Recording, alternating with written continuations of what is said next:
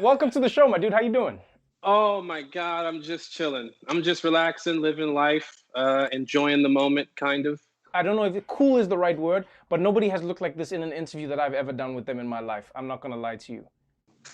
Feel free to go ahead and say cool. I'll That's say that's cool. I'll real. say That's fresh. I'll say. But I feel like this is Lamorne. You know, this is what you see. Look at this.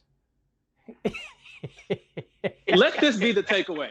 If you learn nothing from today, other than damn, he looks fresh, all while solving racism, just keep that in your mind.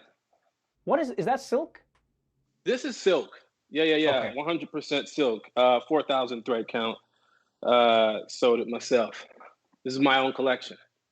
I like that. I like that. Thank you. It has a nice feeling. It's like it's got like half pajama, half like life swag to it. That's what it has. I'll be honest with you, Trevor. I sit around all day. I lay on the couch. I have my titties out, and I just enjoy the fruits. This is the way I've chosen to live my life, especially during the pandemic. Got the tits out. Why not?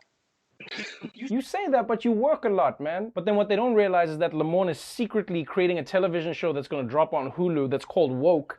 And Oh boy. I mean, by the looks of it, it looks like a show that comments specifically on what's happening right now in America. But as I understand, this was created before the George Floyd movement, before the Black Lives Matter protests really built up again.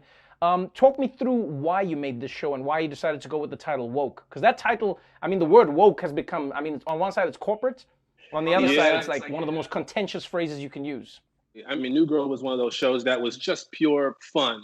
We tackled some subjects of sexism at the workplace. We hinted on racism a bit. I know I wrote an episode about that. But when we were done, I kind of wanted to be a part of something that meant something. It was based on the life of Keith Knight, a real cartoonist who kind of walked a very similar walk that I did.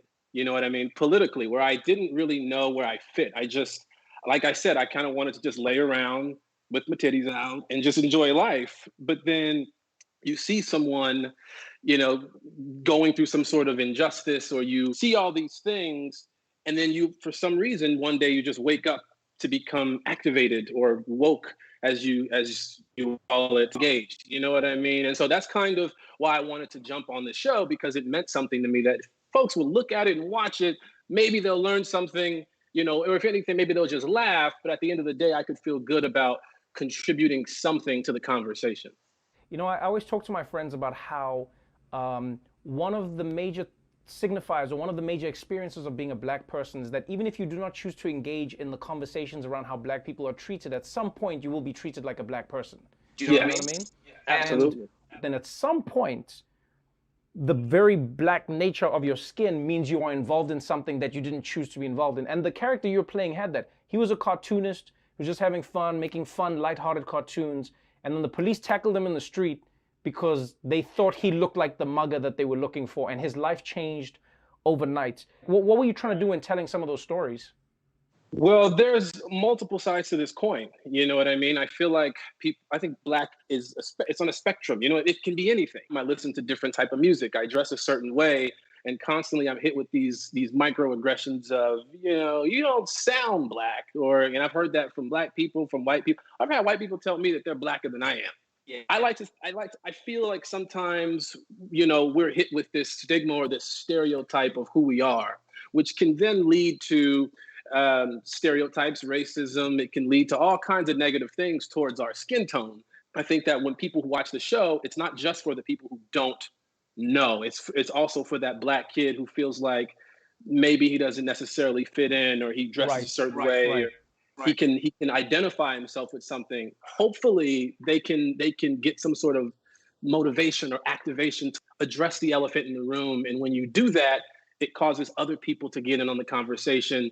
And you can't change something unless you're faced with it, right? I believe that's the quote. So if until we're faced with it, then things will probably remain the same. Hopefully this show will help towards that conversation. Well, I hope people will start by watching your show, because I honestly think entertainment is one of the most powerful tools that gets people into it. And so I feel like if there's more shows that are funny, entertaining, interesting, and at the same time tackle ideas of racism and race and all the concepts we deal with, I think you can have a lot of people who are a lot more educated than they thought they could be just by watching TV. So congratulations on the show. Thank you. Congratulations on that silk outfit. Honestly, it's just to get the tits out. I can truly say we have never seen anything like this on the show, and I think television will never be the same. Would you say you want me to come closer to the screen? What'd you say, Trevor? Oh my God! Oh man! Look at those things. Look at those things. Lamorne, Those are. thank you so much, my dude. All right, man. Appreciate it, bro.